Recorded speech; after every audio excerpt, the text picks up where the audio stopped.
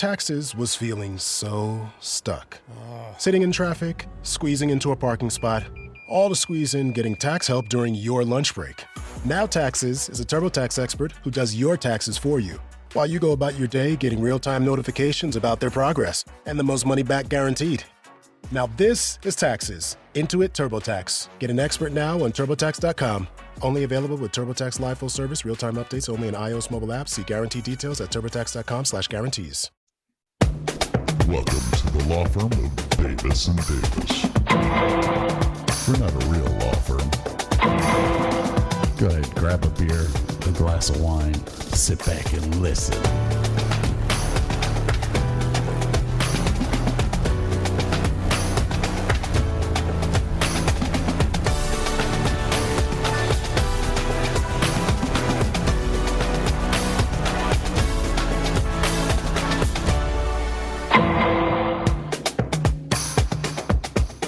Yes. Hi. What are you doing?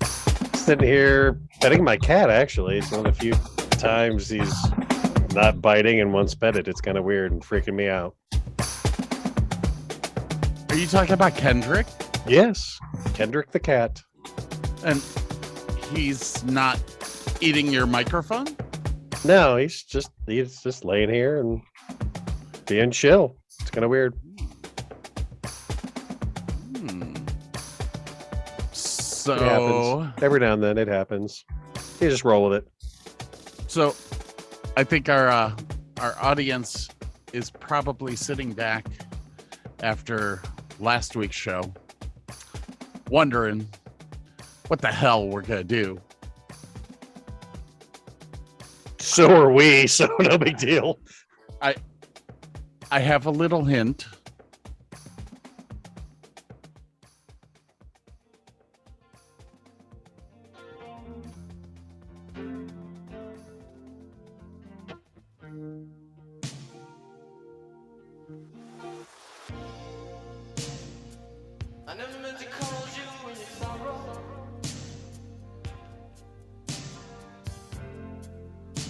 Yes, that's right. We're gonna finish our discussion about the man, the myth, the legend.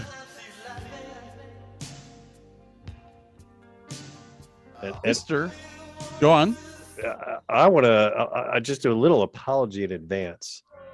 I feel like I barely scratched the surface. I had no idea how deep the rabbit hole went. This is more of a skimming synopsis. It is in no way like a deep dive. It's just like you could spend hours talking about this gentleman. We originally came up with this idea 2 weeks ago. We had to cancel it last week because there was so much more to go into. Oh yeah. Which amazed me. I was like, this is insane. This gentleman did so much, and there was so much more that he should have done. He was actually, before he died, supposed to be writing a musical with Madonna. Oh wow. Just so much that this gentleman did, and so much that he went through. I mean, literally Warner Brothers tried to take his name away. Yeah. I mean, it's insane how much shit this gentleman went through and how much he did. Yeah, and bless his heart, threw it right back in their faces. He is a fucking legend just for that. In preparing for this, I watched a lot of YouTube videos. Well, I'll get into that. Let's start off with what the hell are you sucking on? It ain't no.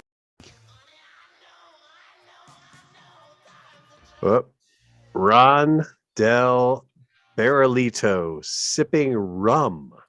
Never heard of it, but is it clear or is it colored? It's very. Oh, it's dark. It's amber. It's not super dark, but it's very amber. Good customer of mine, Jim. He was in for service and came and sat down. We're BSing, and he's about to leave. And I said, "Yeah, well, I gotta go buy some bourbon for my podcast." He's like, "Bourbon?" And he's like, he on his iPhone has like pictures of his prides and joys of his. Yeah, I'm like, oh man, he's got, he had a Blade and Bow bottle there. He had not McClellan's with God, the little round bottle. The one that you're using for your Infinity. No. Oh. Well, Blade and Bow is what I'm using for my Infinity, but there's another really, really good brand out there. I can't remember it. Comes in a very small, roundish bottle, kind of like the one I had the other week.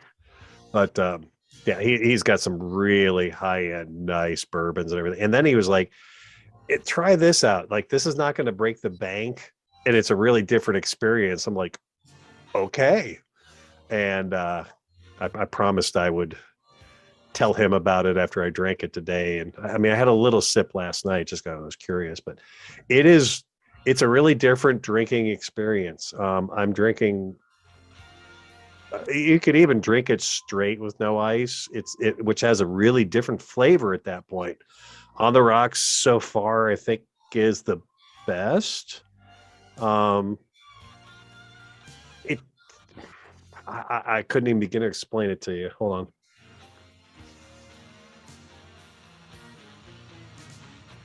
You get caramels and vanillas, but it's not like bourbon, because bourbon's that heavy oaky. This is a much lighter but brighter flavor. I recommend it to anyone who drinks bourbon just to try this out, because it's kind of like a counterpoint to, this is like the high notes, and bourbon's kind of the bass notes, if that makes any sense. It does. Sounds interesting. I'm kind of digging it. This is and it's nice and smooth. It doesn't break the bank either. I mean, this was $25-ish. It was not bad at all. And then he gave me another one to try out, which I could not find. Text response. No, not you. Where'd it go? Jimmer. Oh, there we go. The other one he said to try out. Oh, shit. Oh, it's in my pictures. Oh, dude, and it comes in this beautiful. Here, wait a minute.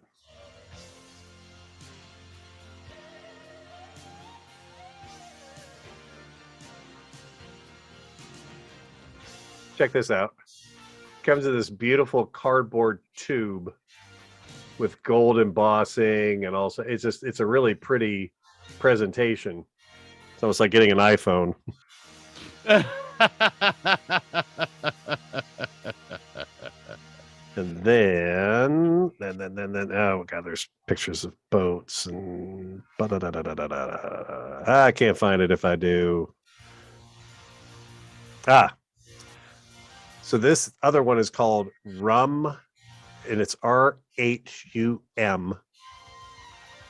Barb Court Reserve 8-year-old. And that one is closer to $30 a bottle. Distilled in Haiti. These are both from Haiti, by the way. Really? Yes. That's awesome. So that's what I'm drinking, and I'm really enjoying this stuff.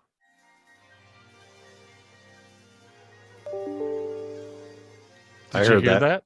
I heard that. I'm waiting on the one that I need, because I just So that didn't sound good. All right, so we're having storms today. Okay. And I just lost power.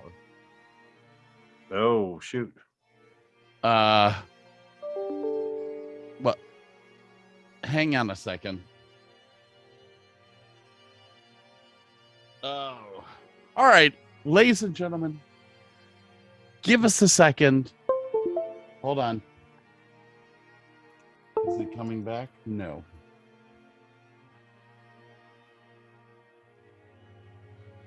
I have battery backups. But they only last so long. But they really only last so long.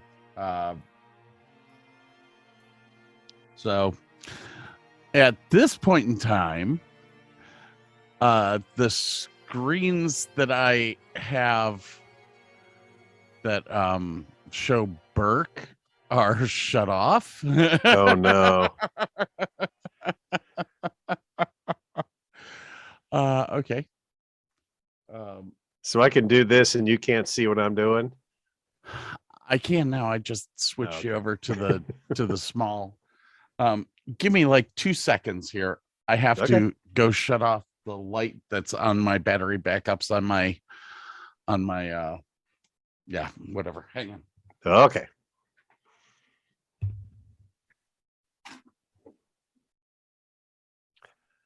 However, during this brief interlude, Scott has forgotten to stop recording. So now it's just all you guys and me. So this is going to be pretty boring stuff right here. Oh, wait. He's coming back. Hello. Hello. All right. I'm back. I have 1 hour and 58 minutes of battery time. That's yeah, I don't even know. Stop that.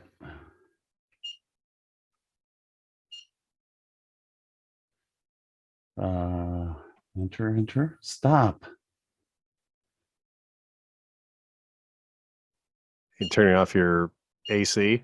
No, I'm trying to turn off my countdown timer. Oh.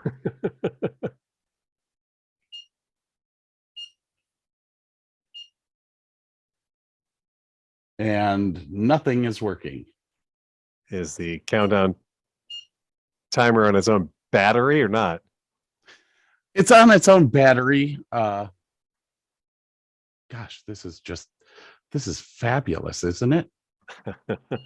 Countdown 40. Enter. So my countdown clock is still working. Look at I still have lights. I have 75 minutes of lighting left on in my state. You see this? This is great, though. You have to admit, I'm still doing a show With no power whatsoever. with no power. That is cool. So, anyways, I guess I should get to what I'm drinking. Yeah, what are you drinking?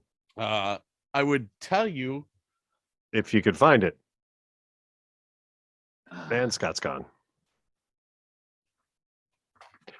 Oh, it's a little orange Corvette, but it's close enough. I get it it. is.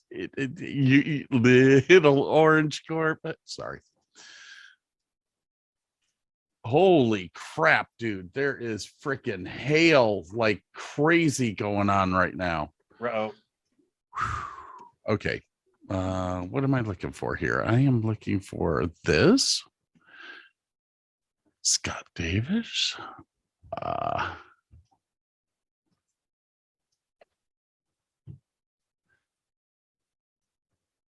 me kick that up.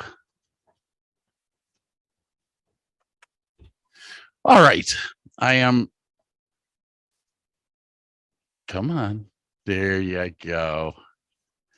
I am starting, or I am doing a new bourbon today. Ooh. And when you see the price on this, do not worry. This is not the price that I paid. Because if I saw this on yours, I would look at you and go, "You're freaking stupid for paying for that." Let's see here. Basic. I can only go to one screen now. Oh, guess what? We have power. Oh, nice. That was what that dun dun dun was. Sweet. Let's get everything distributed where it needs to be.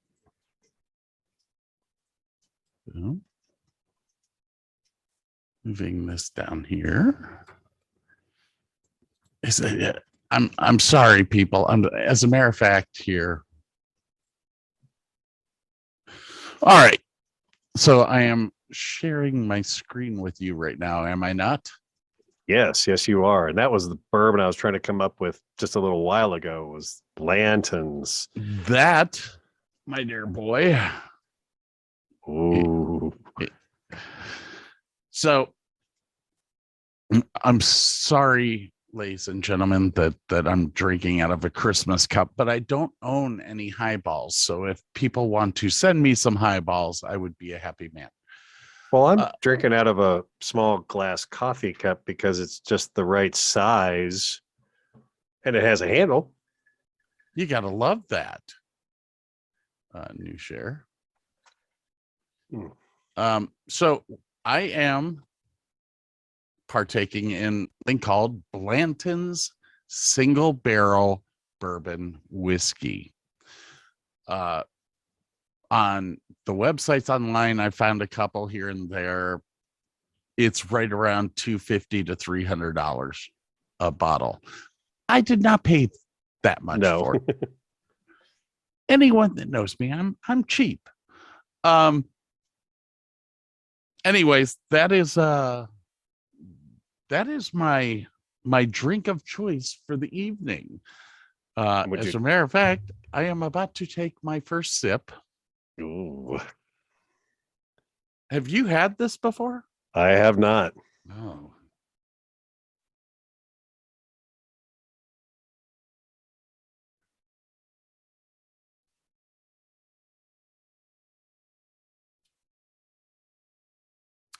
It's tremendously smooth for 93%. Yeah. 93 proof. Yeah. It's extremely, 93 proof. Sorry. It's what am I tasting? Compared to the Willet. Okay. Compared to the Willet, I get a stronger caramel flavor. Okay. To it. I get a stronger oak flavor to it. Okay. But it's not that burnt oak. Okay. Yeah. I get a real woody feeling, and it doesn't burn at all. I mean, there's nothing. There's a lot of almost a vanilla taste to it. I kind of get vanilla in this rum too, so that's kind of cool. Hang on.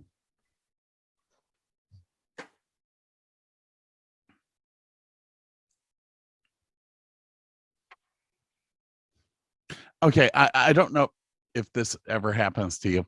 Whenever I drink like a good bourbon or good scotch or whatever, when I drink it, I can sense it up in my nose, like wasabi when it goes up your nose, kind of. Yeah. It's like you swallow, and while it's going down your throat, it's also going up into your nasal cavity. So you're getting this great smell. It's smell-o-vision with the taste with it. I'm telling I am not the person that's going to spend $300 on a bottle of bourbon. No. But if you somehow get the opportunity to receive this, to just try it, I don't care what, do it. It's a phenomenal sipping bourbon. I could sit here and drink this all night. You guys would be fucked, but I would enjoy every minute of that, especially since I've had 2 days off in a row. I'll tell you what, do me a favor. Not many golf courses are open when it's raining like this. Let me share screen. I'll show you some boat stuff here real quick. Keep forgetting I got Google Photos on my computer that I can reference. You should wait. You should be able to share. Sharing will stop their computer sound share. Yes. Look at that. Alrighty. Let's see. So there's the front of the boat with some fairing on it. It's looking like a front of a Nice. boat now, isn't it? That is actually looking really good. Look at that. Oh, he did. Oh, he's feathering that out nicely. Oh yeah. Oh yeah. So this is further down, and That's a big patch. well, no, it's actually the white part there, kind of at the middle bottom, Yeah. is really the only damage. But you want to get further out so you can do a big piece of glass to give it as much structure and rigidity as you can. This is Oh, that's just that's just a flesh wound. yeah, well, it's up on top. It's not this stuff you need it to be waterproof. It's not structural. And this was kind of on the underside. You can see a little bit of that there. Nice. So this is all my glass work. That patch there, that's more. They threw on some more fairing. That's just ugly, but it's fiberglassing is like you throw the crap on there, you grind it off, you start smoothing it down. It's kind of like sculpting almost. So anyway, oh, that's the Ron Del Barnado. Barolito. Yes. It's such a pretty bottle. I couldn't find the bottle because it was in this tube. I was looking for that bottle on the shelf. Nice. All right. All right. I think that's everything. Eduardo Fernandez. Oh, here we go. A couple days ago, I come home. This is my shed there on the right. Yeah. There's cops. There's the old guy who lives next door. I guess his grandson freaked out, was naked, busted out the window on the second floor, was hanging out the window naked. They took him away in a stretcher. This is taken through my back window. So yeah, that was exciting. Mm. Alrighty then. All right. I guess I'll do the bad news. We're recording this Tuesday. What is the date today? Tuesday, May 24th. And I just want to say that we're thinking about the shooting victims here in Texas this morning. Sad. That's rough. Well, it's sad, and it didn't have to happen. The kid that did it was 18 years old, and it's like, I don't know what to do. We're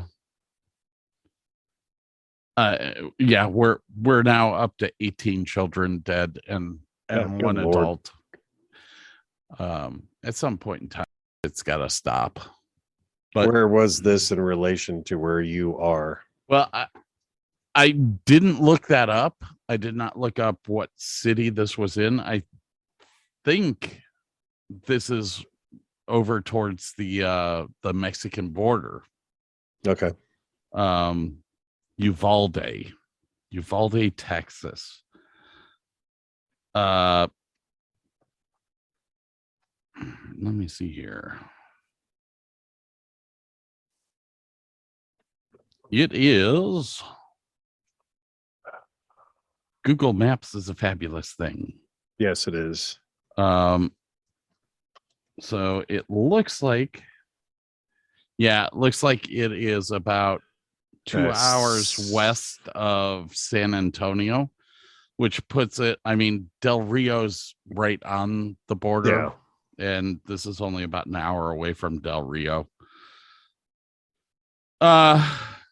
The population of 15,000. That's the size of Medina. It's a small city, and unfortunately they killed the gunman. Well, I don't want to say unfortunately, he killed a bunch of people, but honestly, we got to start catching these guys to see what's going on in their head. That's the only way that we're going to figure out how to stop this stuff. Honestly, I thought all school teachers in Texas were armed, but you know what? That's kind of a myth. Everyone thinks that we're all gun-toting headstrong bastards down here, and we are headstrong, but most of us don't carry guns. It's something like 40% of the population has a concealed handgun license. Now here in Texas, the fabulous thing is that you don't need a concealed handgun license if you just want to wear it on your belt and let people see it. Which is most of the time a deterrent enough. Yeah. Now, teachers in the state are allowed to get a CCL. And you know, are we really to that point? It's most of the school, like when I worked at Irving High School, we had 2 police officers on campus at all times. Yeah, but that's a little bit bigger city than this. That is true. I don't know what I don't know what the answer is either, man. I'm tired of waking up every day seeing somebody else shot. And I think that people that are law-abiding citizens should have the right to have a gun. But we got to get these crazies. We got to get the guns out of the crazy people's hands. Well, that's the rub. How do you do it? In an ethical and fair, it's like, I don't know. If you're a law-abiding citizen and you want to go buy a gun, wouldn't you be all right with taking a freaking mental exam? I would be. It wouldn't bother me. True. Now if they honestly, I've been kind of against kids with guns for a long time. I think that you need to be 21 or 25 years old to own a gun. It's all right if your parents own a gun, but if you use that gun for something, the parents have to be charged. Yep, there goes Kendrick. Goodbye, Kendrick. He's getting bitey. It's time to go. It's just too much of this stuff is it's too much, and most of the people that are creating these problems lately are young. That's either telling me that your parents aren't teaching proper gun control. Is that the answer? Do we start putting these parents in jail for what their kids do? Oh, I think they need to do some time, especially if it's their gun that does it. Yeah, absolutely. They're responsible for it. They're responsible for their gun. They're responsible for their kids. So they're responsible to. I've said this from the beginning. My father taught me how to use a gun. My father taught me how to. My father was the one that made sure that I kept a lock on my gun at all times. It's if you're not teaching your kids this stuff. It was an 18-year-old kid that killed these kids. What did the parents teach him? Yeah. If he was mentally distraught, why did the parents not talk to somebody to get him fixed? Or lock up their guns? Or take away his gun. I don't know. Don't know the answer to this, but you know what? It's happening way too much. I believe in the Second Amendment, but I also believe that I used to have a saying, which was, you can outlaw guns, you can't outlaw stupidity. Yeah. Would that we could. That's apparently, or not apparently, it is against the law for us to ban stupid people from the world. I wish we could. Kind of like those crazy dudes on my golf course. Don't listen to anyone. Anyways, what did you do this past week? We have been away from each other for a week. Freaking doing so much research on. No, I know, right? Work's been on and off, weird, busy. I was helping on the boat on Sunday for a lot of the day. Not a whole heck. I had this weird thing like my tire light came on in my car, and I'm like, oh, I better take it to work, get it fixed, whatever. It's a Saturday. It was very busy. Unfortunately, they didn't have time to get to it, so I just pulled it in. Asked one of the lube tech guys, hey, can I borrow your air thing? And yeah, it's a nice one too. Digital gauge on there, so you just hit the trigger and wait till the digital gauge reads whatever. God, I love that. Okay, well, it said 5. I'm like, oh crap, man, that's what. So I'm pumping it up. I get up to 36. It was weird because you let the trigger go, it would stay for a second and then start dropping down like a whole pound. I'm like, God, is this my tire? Or no, because it would level out and stop. I'm like, okay. So I get it to about 30, 35, 36, whatever. No problem. Reset my light. Drive. I was driving that night and my tire light comes on again. I'm like, whatever.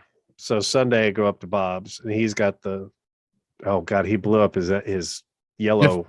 Different Bob, guys. Different Bob. Yeah, this is the guy with the boat up in Copley. He blew up another engine on his yellow Sprite. Oh no. Oh yeah, second one this year. Oh, that is bad. Yeah, it's bad. Yeah, this guy has had the worst possible luck in the past month with cars and just life in general. But anyway, I get up there and I grab his, just regular, and it's a nice gauge, but it's just a gauge, put it on my tire. It's at 60 fucking pounds. Wow. I'm like, oh no, shit, my lights on. So I backed it on down to 32. I checked all the other ones.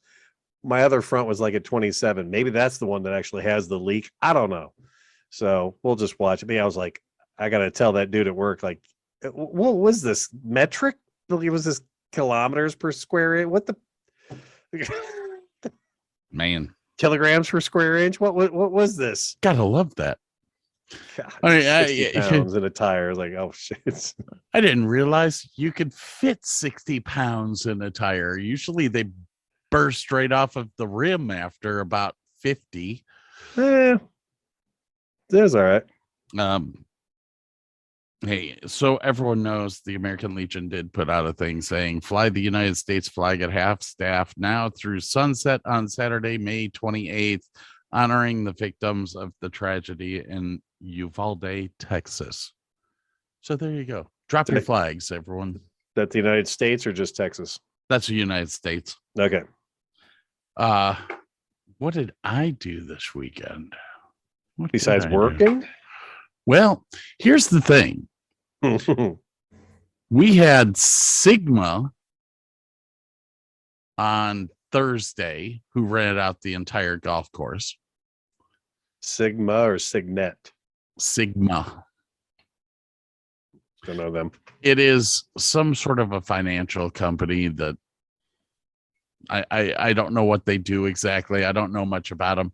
All I know is that the on 2 of the par 3s that we have on the course, they had a $10,000 prize for the person closest to the pin. So apparently they make too much money is what they do. That's what I was screaming. Friday came and we had the Homeless Veterans Association. Cool. Who rented out the entire course. Yeah, it's a lot of freaking money. Then on Saturday, we had the Combat Veterans Association. Cool. Who rented out most of the course, not all of it. They were only, I think they were 240 people. Okay. The other groups were over 300. I've never seen groups that big. First thing that I will say, and then I had Sunday off. I've never had a Sunday off. What the hell? So I had Sunday off. Then I worked Monday. Then I was supposed to work today, but it was supposed to rain all day. So they said, don't even come in. I was like, Nice. okay, great. I don't work tomorrow. I work Thursday. I'm off. I think it's Friday. Oh, wow. I'm off Saturday. I work Sunday, Monday.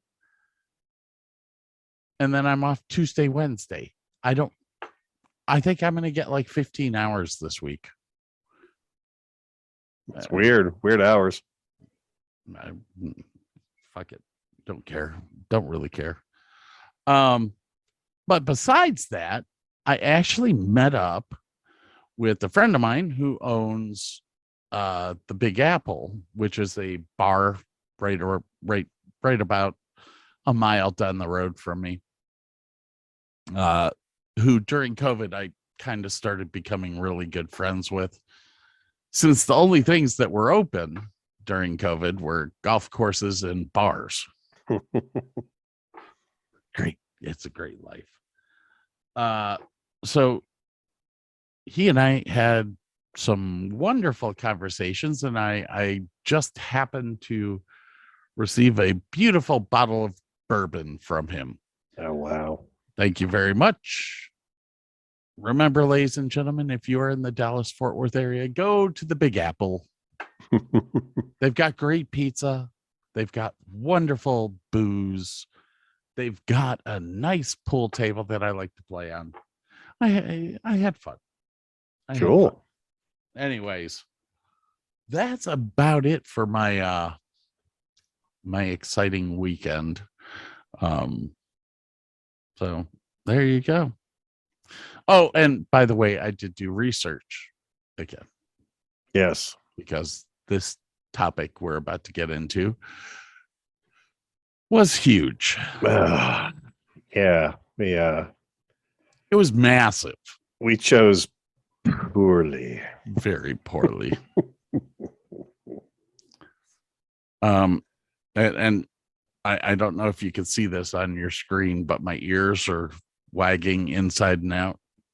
That is not a problem with the video. That is actually my ears doing that because I was freaking tired of Prince. I watched there was a documentary that they did that's on YouTube that talked about the Super Bowl show that he did, which I don't know touted as possibly one of the best Super Bowl halftimes ever. What you tell you, it was the best Super Bowl show I think I've ever seen, and it was cool. In the documentary, they go over several different things about it, but it was raining, and it was raining during this, so they called Prince before the show and said, listen, it's raining, are you okay with this? And he said, can you make it rain harder? I was like, that's a freaking awesome answer. But I mean, it totally made sense with him ending that set on the song Purple Rain. Yeah. Oh, yeah. Anyways, people, the show today that we are about to get into right after our break here is basically, it's not really a deep dive into Prince. This is a bits and pieces from his past, I guess is maybe the best way to put it. Maybe a little insight into who he was and how it became who he was. I think the best way to explain this is both Burke and myself have a lot of influence from Prince. Oh, yeah. I in the entertainment industry have a ton of influence from him, from his lighting designer, the way that his lighting designer incorporated lighting into the shows, just he was an incredible artist that I think every person could get something out of. And that's just what he was. Anyways, we're gonna have to take a little break here before we get into this this whole thing. Is there anything else that we need to discuss before we get into this thing? Not that I know of, except that I don't have a clue what we're doing next week. Oh, But you have ideas. Okay, good. Okay, that's good. you're not gonna like them, but Yeah, that goes all the way back to college. they're yeah. We actually have 2 movie reviews after this. Are you gonna also give me the choice of like 2 and 2 like I do for you, or this is what it is? And I could do that for one of them, because I'm always nice. I'm always nice to go, okay, choose this one or this one, and then this one or this one. Here's the thing. Scott's copy of the new Batman movie arrives tomorrow. Oh, which I've seen half of. So we will be doing our review of the Batman next week. Fair enough. The other movie is either Stripes or Spies Like Us. Which I've never seen Spies Like Us all the way through, and that's why I think you should really lean towards Spies Like Us, because we've seen Stripes and we love Bill Murray. But I listen, I was really torn on this, but I really want to do Spies Like Us because you haven't seen it. You haven't seen it all the way through. I was gonna say Stripes and Ghostbusters. Oh God, that's Ghostbusters is 2 shows. Ghostbusters, I love that movie, dude. I know. You got my favorites in there. You got Dan Aykroyd, and it's Bill everything. Murray. It's a phenomenal movie. Anyways, on that note, we will tell you at the end of the show which movie Burke decides on. Actually, we'll make it a threesome here. You can do Stripes, Ghostbusters, or Spies Like Us. No, I'm gonna do Spies Like Us because you love that movie. You do absolutely love that movie. So I am I missing something here? My curiosity is now piqued. So it'll be Spies Like Us. Awesome. So it'll be a nice counterpoint of, this is a movie that you know all about. This will be my first impressions, basically. So be a nice little. That's freaking awesome. All right, people. Let me get some. Let me get some transition music going here, because I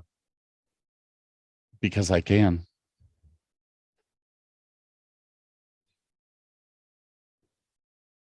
He can try.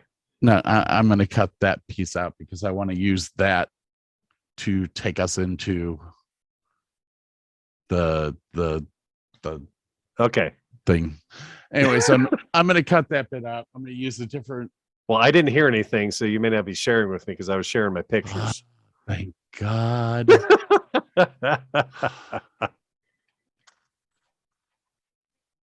All right. There we go. Computer sound is sharing. All right, ladies and gentlemen, we will be back. See you soon.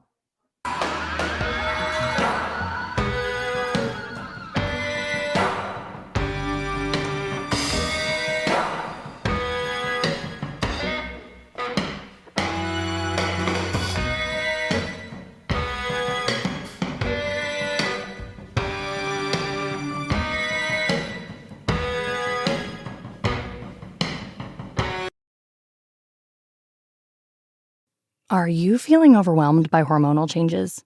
If you're a woman, you're not alone. With over 1,000 hormone disruptors in our environment, it's no wonder things can feel out of balance. On top of that, natural changes like PMS, menopause, and other life stages can leave you feeling tired, irritable, and trapped in a constant battle with your body. But here's the good news. You don't have to suffer through it. Hormone Harmony by Happy Mammoth is here to help. This herbal formula fine-tunes your hormones, balancing estrogen, testosterone, and even stress hormones like cortisol, which can contribute to weight gain, racing thoughts, poor sleep, and more. With over 40,000 five-star reviews and a bottle selling every 24 seconds, the results speak for themselves. Ready to feel like yourself again? For a limited time, get 15% off your first order at happymammoth.com using code NEXTCHAPTER at checkout. Visit happymammoth.com today and get your old self back naturally. All you homeowners have unique needs. Some feel the need to paint their door a vibrant shade of blue. Others have the need to decorate their bathroom with fish, anchors, and other nautical items. And because each homeowner has unique needs, Geico helps you get the right coverage for your home and what's in it. That way, you get exactly what's right for you, even if your needs are unique. Get more with Geico.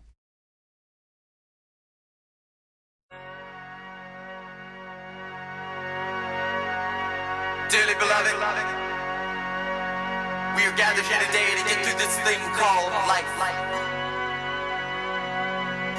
Electric word, life, it means forever, and that's a mighty long time. But I'm here to tell you, there's something else. The afterworld. A world of never-ending happiness. You can always see the sun, day or night. So when you call up that shrink in Beverly Hills, you know the one, doctor, everything will be alright. Instead of asking how much of your time is left, ask him how much of your mind, baby. Cause in this life, things are much harder than the afterworld. This life, you're on your own. And if the elevator tries to break you down, go crazy, punch a higher floor.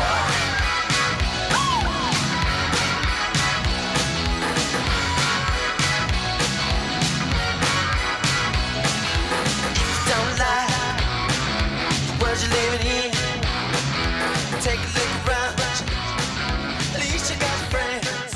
Probably the best way to start any movie. Yeah, I'll go with that.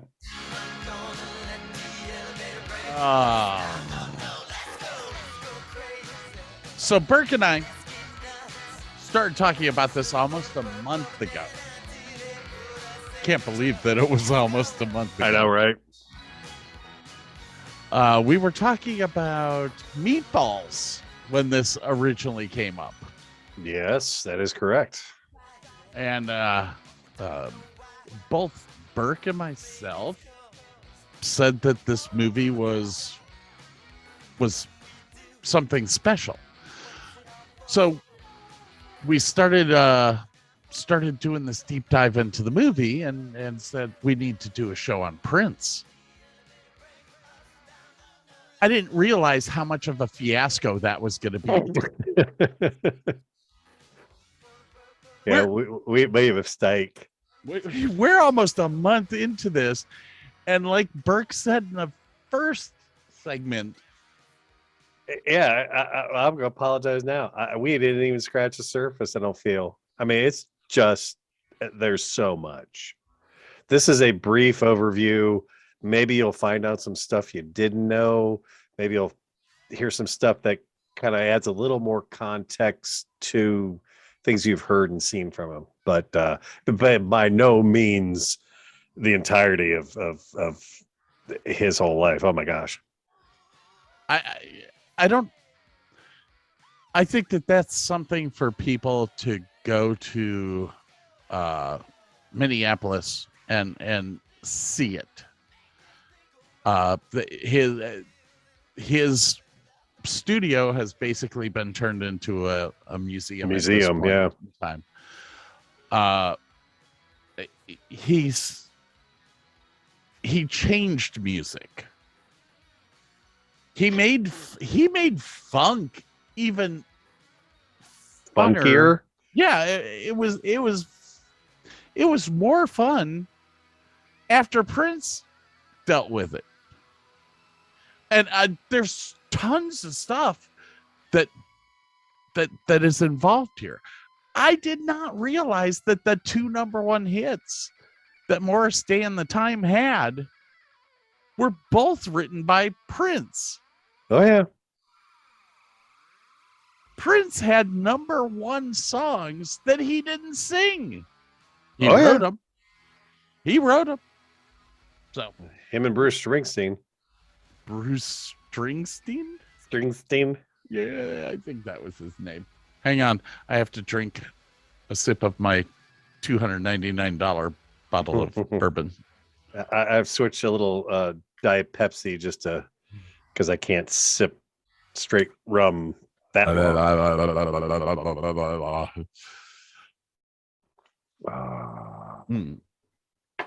So what we've done here is we've separated this into a couple of, 4 different categories, basically. Yeah. The first category, Burke's gonna hit you guys with, and I'm gonna actually discuss with Chime him. in. Yes, I will definitely chime in on this because I did some research as well. But we're gonna discuss his early years. We're gonna discuss his music. We're going to discuss songs that he wrote for other people. And then I have an entire segment on people Prince has dated. That might almost be its own show there. When I started doing the research of that, it scared me. I mean, it puts David Spade to shame. It scared me. All right. So on that note, I'm going to let Mr. Burke take off. I'm going to do a little fly like an eagle. Going to do a little just kind of like overview reading here. So Prince Rogers Nelson, born June 7th, 1958, passed away at a too young of an age on April 21st, 2016. Born and raised Minneapolis, Minnesota, as we all know. Prince signed a record deal with Warner Brothers Records at the age of 19. Let me say that one more time. 19. He released the albums For You in 1978. Prince in 1979 went on to achieve critical success with his innovative album Dirty Mind in 1980. Controversy in 1981, and then of course his album 1999, all the way back in 1982, which was kind of I can't say that. I remember the first time I ever saw Prince was American Bandstand, actually, and it was I Want to Be Your Lover, and I could not believe that this guy was getting away with these lyrics on American Bandstand. I was like, how in the hell did they let you do that? But anyway, his 6th album, of course, was his penultimate, Purple Rain, which was 1984. This was recorded with his backup band, The Revolution. It was the soundtrack to his film and acting debut of the same name. Purple Rain spent 6 consecutive months atop the Billboard 200. He won the Academy Award for Best Original Song Score. After he disbanded the Revolution, he went on to achieve continued critical success with Sign of the Times in 1987. All right. Do you know why he split up from the Revolution? I honestly don't know. And it's kind of weird because after doing this little kind of digging and everything, it's like every person like in the Revolution or that was in the movie or like they've all been tied together for years. Yes. Just years. but I'll let you get into that later. I'm actually not going to get into that because I was actually asking the question because there's so many different answers as to why he split from the Revolution that I was wondering if you had found stuff. I hadn't come across it. I would almost garner a guess of he was trying to snub Warner Brothers in yet another way, would be my guess. And I do believe that all of it comes down to that lawsuit, which I'm sure that we're going to discuss at some point in time, because it was a sad, Yeah. I mean, well, we'll discuss that anyway. Yeah. Go on with your backlog of within the midst of a contractual dispute with Warner Brothers. In 1993, he changed his stage name to the unpronounceable symbol that the fans referred to as the love symbol. And at that point, everyone referred to him either as the artist formerly known as Prince or simply the artist. So, and Prince's real name was Prince. His name was Prince Roger Nelson. He was named after his father's jazz combo. And both of his parents were musicians. They actually, his father and mother met when his father was doing the Prince jazz trio, I think it was. His father was actually a jazz artist who played with several people, including Grover Washington, which I will say, happy birthday, Grover. Today, the actual day today is Grover Washington III's birthday. Nice. Happy birthday to you, Grover. I miss him so much. I miss partying with him. But yes, his father was a jazz musician, but also a composer. Yes. He just never made it as a composer. He wrote a lot. And you got to remember, he was a black man in Minnesota in the 50s and 60s. It was not a great time, not a fruitful environment. He was not a Viking. He did not eat loose fisk. He is not the Finnish. I only say that because something like 65% of the population in Minnesota or in Minneapolis is Finnish. Mm-hmm. So, anyways, so you can move on with your. He was actually. I found this kind of hilarious in a backwards way. Despite his rather diminutive stature, because he was only measured at 5'2", he was an extremely talented basketball player. And he played on the Minneapolis Central High School junior varsity team and continued to play recreationally as an adult. While he was it was actually one of his aspirations in high school to be a professional basketball player. Yeah. At 5'1". He was never a starter, and that always bugged him. He said that I'm sorry, his coach, I think, said, I knew he wanted to be starting and felt he should be starting. He was unhappy, expressed that many, many times, but it is what it is. Now, did you ever see the Dave Chappelle bit with Charlie Murphy? No, I don't believe I have. Dear God, we should pull that up and let you watch it.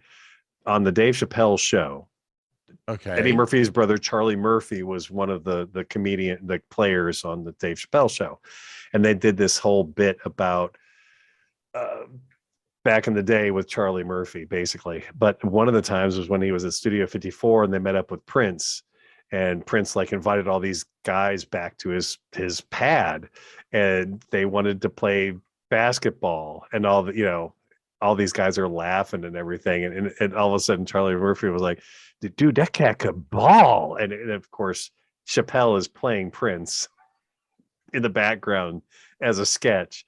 But it was I always thought it was just a made up bullshit thing. No, I'll bet Charlie Murphy got schooled on the basketball court by Prince and the Revolution. And it's just, and they didn't even bother to change their outfits. They were still in their frilly outfits and everything. And Charlie Murphy and all his crew were in, sweats and everything. And they got schooled by the Revolution, which I find hilarious. Let's Oh see my here. God. Let's see. I can recall another one, like, I think it was in 85, like when all that androgynous was going on. And what was wild was that the guy who looked the most like a bitch was getting all the women. Even I had the Jerry curls coming outside and all that. If you wearing baggy now and you acting hard, if you from LA, you motherfuckers was wearing some strange. We in the club, we getting our groove on, shaking it up. And Prince came in.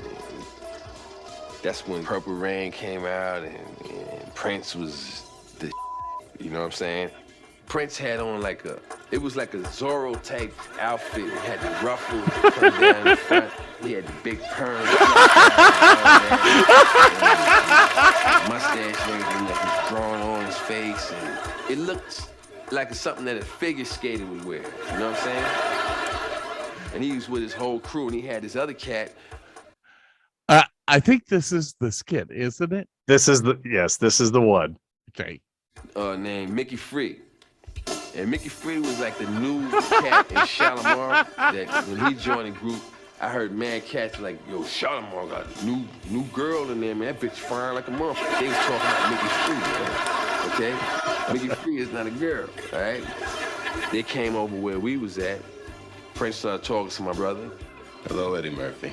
Prince, what's up? I'm a big fan of your comedies. Ooh, that's hot, Prince. Would you like to come to my house and listen to some music? Ooh, that's cool. Fruity, get the car. Assemble your crew. I'll be outside.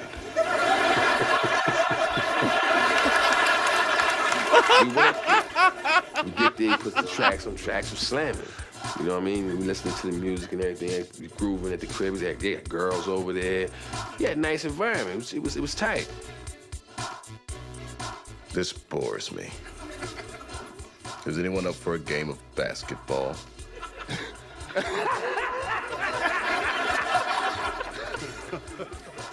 How about you and your friends versus me and the revolution?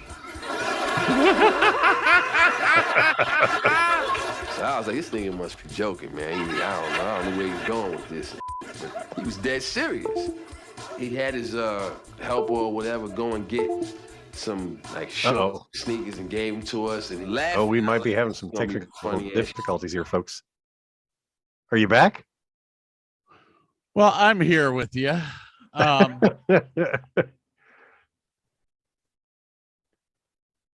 Hang on. I'm sure that you can guess what just happened. The electricity went out again. I don't know how you would know that. The diddle-loop, diddle-loop, Diddle-loop, diddle-loop. All of my three touch screens turning off. Anyway. So anyways, the skit will have a link on the if page. Scott's power comes back, we will definitely go back to that sketch because it is a classic. So anyway, the cat is coming back up. No, hi. Kendrick. Who's me? All right, go sit over there. Chill out. I need my keyboard. There you go. A little more background. Prince has sold over 150 million records worldwide, ranking him among the best-selling musical artists of all times. He has released songs under multiple pseudonyms also during his life, as well as writing songs that were made popular by other musicians. I'm going to let you go into that whole list right there. His awards include Grammy President's Merit Award, the American Music Awards Achievement and of Merit, the Billboard Icon Award, an Academy Award, a Golden Globe Award, inducted into the Rock and Roll Hall of Fame in 2004, the UK Music Hall of Fame in 2006, the Rhythm and Blues Music Hall of Fame in 2016, and inducted into the Black Music and Entertainment Walk of Fame in 2022. And we were just talking about his dad, John Nelson, piano player in a jazz band by night, worker at Honeywell, the electronics company by day. Nelson is Black and Italian. His ex-wife says Prince of his mother is a mixture of a bunch of things. Okay. On stage, his father was called Prince Rogers, and that's what he named his son, Prince Roger Nelson. John moved out of the family home when Prince was 7, but he left behind his piano, and it became the first instrument that Prince had learned how to play. And he would listen to like TV and stuff, and he would play the songs that he heard, like Batman, The Man from U.N.C.L.E. He said his first drum set was a full box of newspapers. He said, explaining how he came to play a whole range of instruments. At 13, he went to live with his aunt. She didn't have room for a piano, but his dad bought him an electric guitar, and he learned how to play that. Auntie wasn't too keen on that noise, so she threw him out. It was then that Prince turned up at Andre's place. So, Andre Simone Anderson, later known as Andre Simone, is an American bassist, songwriter, and record producer. He was the bass guitar player for Prince's touring band pre-Revolution. Simone actually did a solo career in 1981. His song "The Dance Electric," which was written by Prince, reached number 10 on the R&B charts in 1985. Simone also co-wrote and produced hit songs for other acts, including Jody Watley's "Looking for a New Love" and "Real Love." Simone was also born in Minneapolis. He's the son of Fred Anderson, a musician who was Prince's father's band. So these guys were actually related from dads. Prince's cousin Charles Smith started the band Grand Central and invited Simone to play in that. And that band also included Simone's sister Linda and Morris Day. So they have been connected from the beginning. His dad was actually a bigwig in the funk industry. Worked with a lot of artists, including Lakeside, which I've heard of them. Is a band from Ohio, a funk band from Ohio. I've lit them like 50 times. I love that band.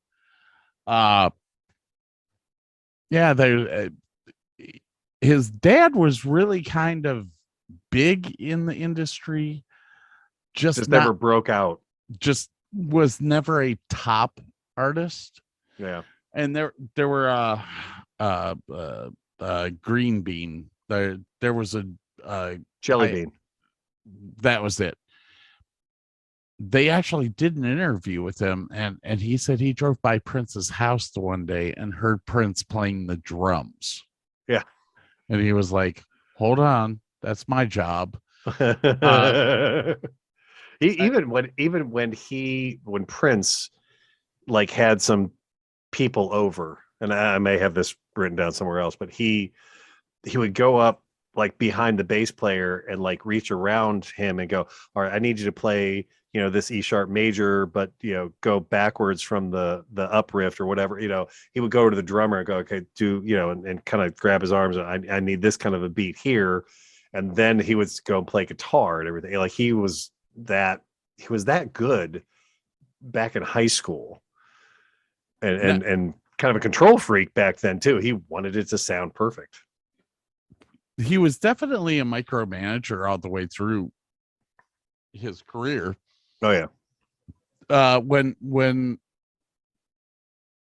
he was with the Revolution, he used to be really rough on them. And he would walk over to the drums and start playing. Now, this is how I need you to play it. Yeah. He'd walk over to the bass. It was a little bit tough for the drummer too, because he was like they transitioned over from real drums to synth drums, electric. Yeah. And it was kind of tough on the dude, but he adapted, improvise, adapt, and overcome. All right, Bitey Cat, you're up. I think that's okay. That's where that's where Purple Rain really came into fruition, was when they were changing their sound to almost a full synth sound. 1999 was heavy synth. Heavy also. synth, yes. Yeah. But anyway, and let me go back. We'll circle on. back on this eventually, I'm sure. So he did a song called Better Way that was performed by James Ingram and featured on Beverly Hills Cop 2, released in 87. Jelly Bean Johnson, the guy you were just talking about, was in a rival band in Minnesota. He ended up being the drummer in the time. But he said watching a 15, 16-year-old kid, he was referring to Prince, play Carlos Santana and play it note for note was phenomenal to me. He said, I knew that he was different than anybody else. And this was way back in the day. His classmates there in Central High knew that he was a talented musician. Halfway through the sophomore year, he had quit the basketball team and was dedicating all his free time to jamming in the music room. He had an aversion to joining the school band or taking formal lessons. It was a fact that was noted in his first piece of press ever, a 1976 article in the student newspaper, the Central High Pioneer. He likes Central a great deal because his music teachers let him work on his own. Prince preferred to get his music education from the stereo and spending hours with Andre and Anderson's basement listening to rock and folk art. He used to listen to stuff like Joni Mitchell and Carlos Santana on the FM radio station called KQRS. Big into the R&B and soul and funk via the Black community radio station KUXL and an AM channel that was only broadcast to a small section of North Minneapolis. So he had recorded a raw demo tape with a respected young Minneapolis producer named Chris Moon. And together they had been polishing a promising new song. I'm kind of jumping a little ahead here. This song was called Soft and Wet. And this was the song Prince was sure to make a strong impression. He was struggling to make the necessary connections that would land him with a meeting with a label in New York. And my stuff is a little messed up here. What's going on here? Chris Moon decided to take a copy of Soft and Wet demo to an advertising office in the Loring Park neighborhood of Minneapolis. It was run by a musician and concert promoter named Owen Husney. This guy was a veteran of the music industry, and he had been presented with many demo tapes over the years, but something about the song that Moon brought him that immediately grabbed him. He said the music was reminiscent of the funk greats like Sly Stone and Hendrix and Santana.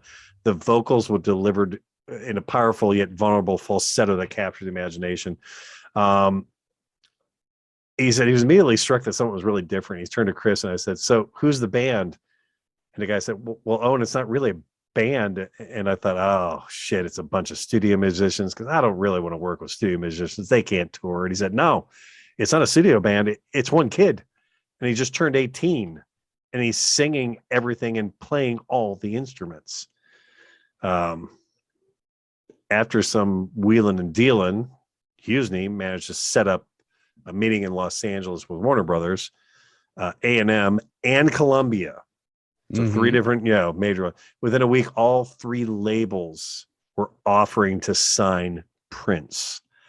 And within a month, he had negotiated a 3-album deal with Warner Brothers. It was the largest record deal for an untested artist in modern rock history. All right. Before you go any further, we have to explain that Chris Moon ran or started a studio in South Minneapolis. Their entire job was just to do jingles for television. And was this Hot Pink Records Inc.? Well, he owns that. Okay. Because supposedly there was an album called 94 East Minneapolis Genius, which supposedly is the very, very first recording on vinyl of Prince. and he was playing guitar for that album. Yeah, Chris Moon was huge in the start of Prince, but as well, he worked with Stevie Wonder and several others. Chris Moon was the one that started the whole Warner Brothers project. Oh, okay. With the Soft and Wet Funk album. So yeah. So all right. now, much to Prince's relief, his new manager handled much of the glad handing and pitching and business deals, while Prince could focus on writing more songs. When it came time for Prince to attend a lunch with the staff of Warner Brothers to celebrate the signing and whatever, he started brainstorming creative ways that he and Prince might thank the label for their commitment, because that was, I mean, I will give Warner Brothers credit for that. That was a big step, signing some 18-year-old kid to a 3-record. I mean, that's big. That's huge. So Prince turned to the language that he spoke more fluently than most, music. He wrote and recorded a brand new song just for the occasion. And after the lunch, Prince brought the executives of Warner Brothers into an office, pressed play, and on the ominously titled track, "I Hope We Work It Out." But all the execs were kind of blown away with the fact that somebody who was 18 years old had just written a song specifically as a thank you for an entire record label. Well, that's the kind of guy Prince was. Still amazes me that he played every instrument. Oh, for the first 3 albums? Yes. Yeah. So here we go. Yeah, January 26th, 1980 is when Prince performed "I Want to Be Your Lover" on the Dick Clark Saturday afternoon American Bandstand. Did you happen to see that clip from it? Yeah. The interview with I missed the interview part. Okay, the interview with Dick Clark afterwards is by all something to watch. Because Dick Clark was expecting somebody who was going to be really energetic and all that stuff. And Prince is scared all the way through the freaking interview. It was like 1-word answers. And I was like, I mean, this poor kid had been an introvert his whole life, unless he was on stage as, in quotation marks, Prince. There was Prince Nelson, and then there was Prince. It was almost like Bowie. I mean, Bowie was kind of an introverted dude unless he was on, and that's why Bowie had so many personas on stage, because he could put on a mask and he didn't have to worry about being Bowie. He could be that other person. So yeah, kind of a, yeah. So at the time of American Bandstand, it was in its first 2 weeks at number 11 on the Billboard's Top 100, which will be the peak position that it got to. It did spend 16 weeks on the Top 100. And on November 25th, it reached number 1 for 2 weeks on Billboard's Hot R&B Singles charts. 78 to 06, he had 40. So between 1978 and 2006, he had 47 records on the Top 100 chart. ooh. 47. That's when I read that little tidbit, I was like, oh crap, I've bitten off way more than I can chew. 20 of those made top 10, with 5 of them reaching number 1. Of his 47 charted records, one was a duet, "You Got the Look" with Sheena Easton. It peaked at number 2. So yeah, I was like, oh crap, we're in trouble here. So it looks like I go off on a little tangent about some people that he. Hold on. You said "You Got the Look" topped out at what? It apparently peaked out at number 2 for 1 week in 1987. Okay. I have the UK list. Okay. So my numbers are going to be slightly different, but I couldn't find a good copy of the US list. So anyways, I guess I should let you carry on with your dissertation. Yeah, I'm going to go a little into some of the people in the revolution here. Actually, hey. Yeah. There we go. Little technical difficulties with Scott power outages there. Sorry about that.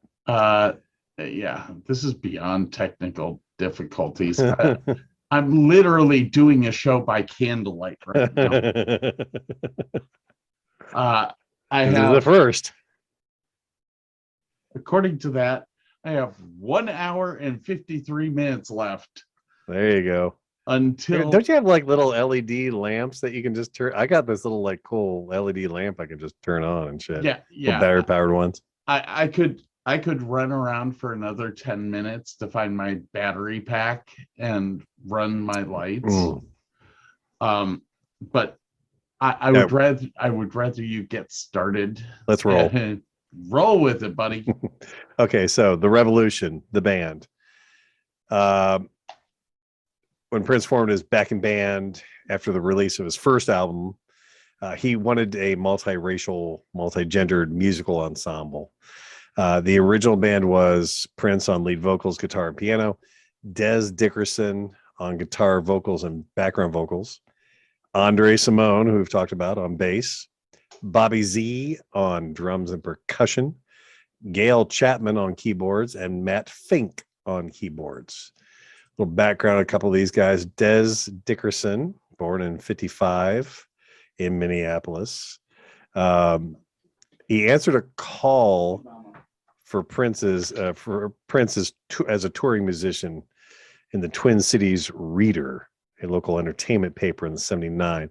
After a 50-minute audition at the back of Dell's Tire Mart, Dickerson was picked as guitarist.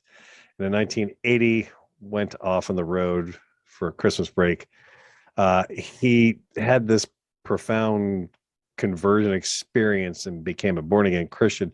This led to he didn't like the stuff the band was singing, and that was kind of why he was only in just a couple albums, and then he decided to leave.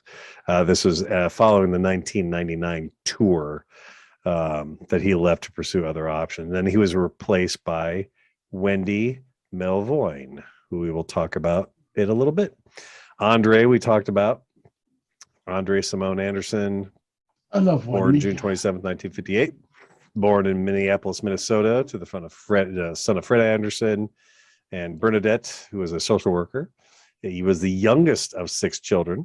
Anderson soon had become an additional member of young Prince, who had left his home due to his conflicts with his father. We talked about that. They were in Grand Central together, and he invited his sister Linda and Morse Day, blah, blah, blah, blah, blah. Whom else do we have? Ooh. Bobby Z, born Robert B. Rivkin. I guess he got his name from his oh, hey, you got light. I can see you. That's awesome. He got the stage name Bobby Z. It was derived from his grandmother used to call him Butsy. So that's where he got Bobby Z from. Prince was pretty adamant about having a white drummer in an effort to have a racially diverse band. So Husney implored Prince to audition this guy Rivkin. Rivkin had replaced Dale Alexander during the 94 East Band sessions that we talked about earlier. Yes. Yeah. Dale later became the drummer for Prince's protege group Madhouse in 1987. By the time the 1999 album was released, he was relying more and more on electronic drums, and Rivkin had to adapt his style to operate on these in concert as well as in the studio, starting with Controversy. He contributed to Purple Rain, Around the World in a Day, Parade, Sign of the Times. And in 1986, when Lisa and Wendy left, the group disbanded after the Parade tour ended. So Prince also took the opportunity to replace Rivkin with Sheila E., daughter of veteran Bay Area drummer and percussionist Pete Escovedo. Who was awesome. I loved him on the timbales.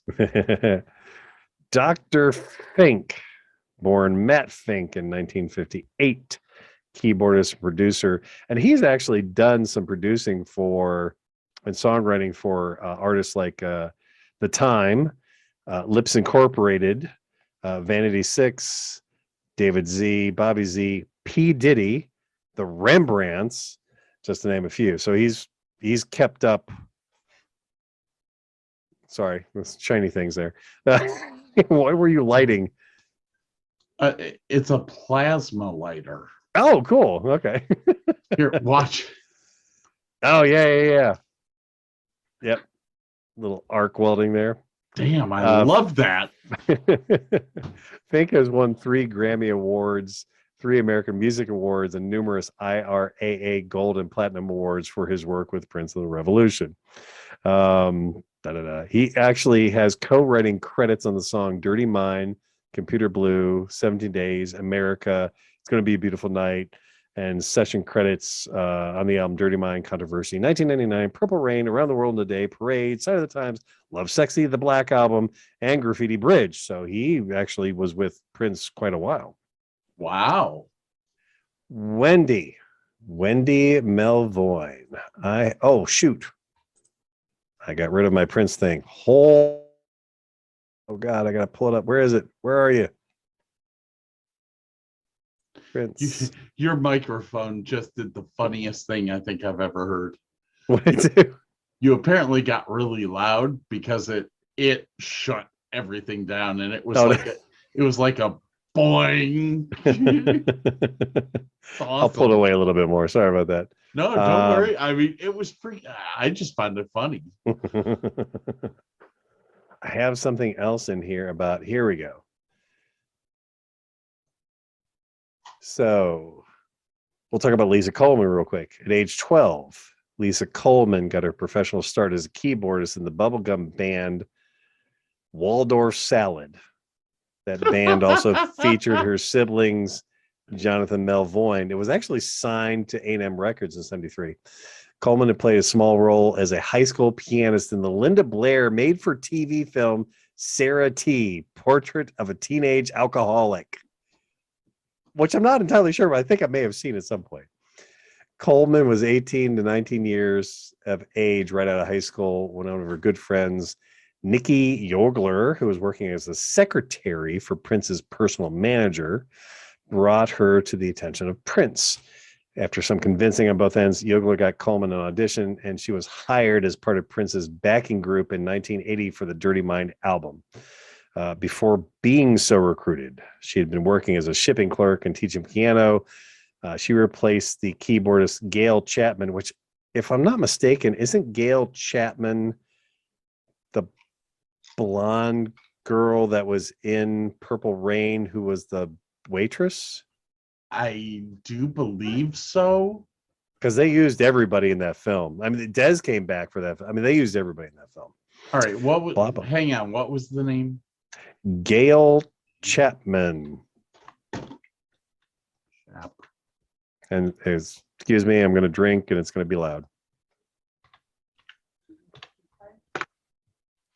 Oh my God, is that good? Holy cow. Coleman played keyboards for Prince on Controversy in 1999 albums. Gail Chapman played Bobby Z on drums and percussion, Gail Chapman on keyboards.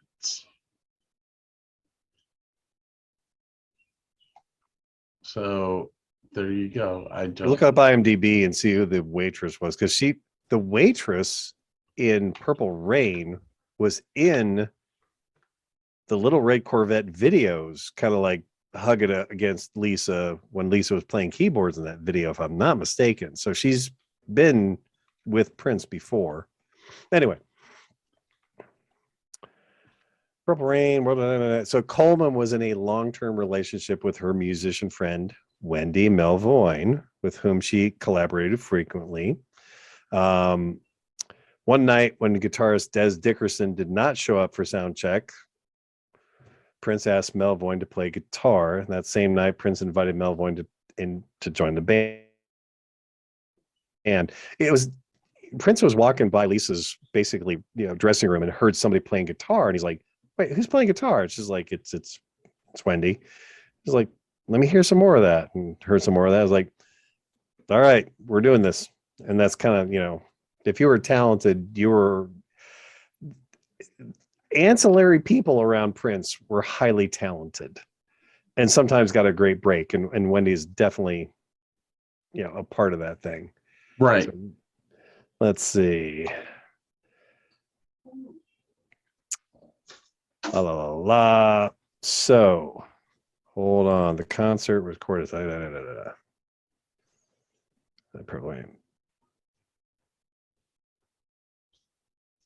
And Wendy helped contribute to projects like the Apollonia 6 album, 1985's The Family, Prince of Revolution album, Around the World in a Day. Melvoin performed with Prince at the Bangles show in 1986, appears on Prince's 1987 album Sign of the Times, Slow Love, Strange Relationships, Gonna Be a Beautiful Night. This one I didn't know. Melvoin, Wendy and Lisa composed music for the first season of the TV series Heroes. Didn't know that. So anyway, everybody's connected. It's scary. La la la la. Yeah. Duo, Wendy and Lisa, blah blah blah. Confuse you. Crossing Jordan. They did songs for Crossing Jordan, Heroes. Nurse Jackie won an Emmy for Outstanding Main Title Theme. Prime Suspect, No Tomorrow, Witches of East End, and Touch. They also got Emmy nominations for that. They currently compose music for NBC's Shades of Blue. Coleman played vibraphone on Alice in Chains' song Black Gives Way to Blue. Okay. So that is kind of all the background stuff that I have. Everything else I have is kind of after Purple Rain, which means it's time for you to get your groove on. Well, actually, it means that it's a little bit of a break time. I talk that long? Yeah. Okay, fair enough. We're taking a break. How about that? And what kick-ass and righteous music do you have to play us out of this one? Ho. Hang on here, because I'm gonna have to do. You're gonna do this manually? Yeah. Are you ready? Here we go.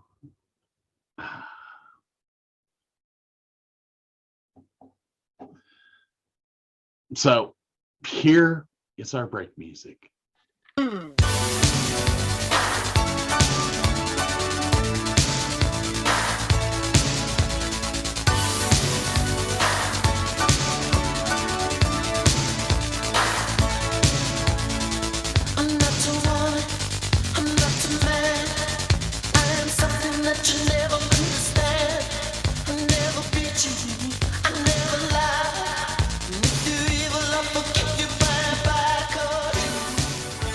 Folks, we'll be right back. Talk to you soon.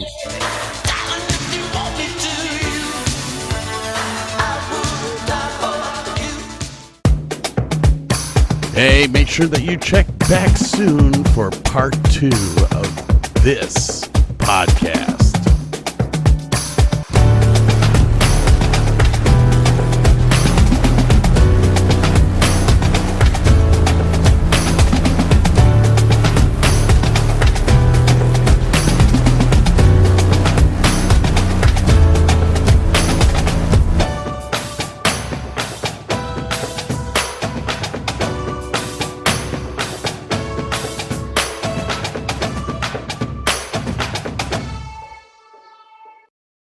Owning a boat comes with a number of perks, like being able to say ahoy or land ho and not feel weird about it. So here's another perk. Geico's boat insurance offers access to the largest towing fleet on the water. And with specialist support from agents that are as passionate about boating as you are, there's so much value that you'll want to say, "Shiver me timbers," and not feel weird about that either. Get more with Geico.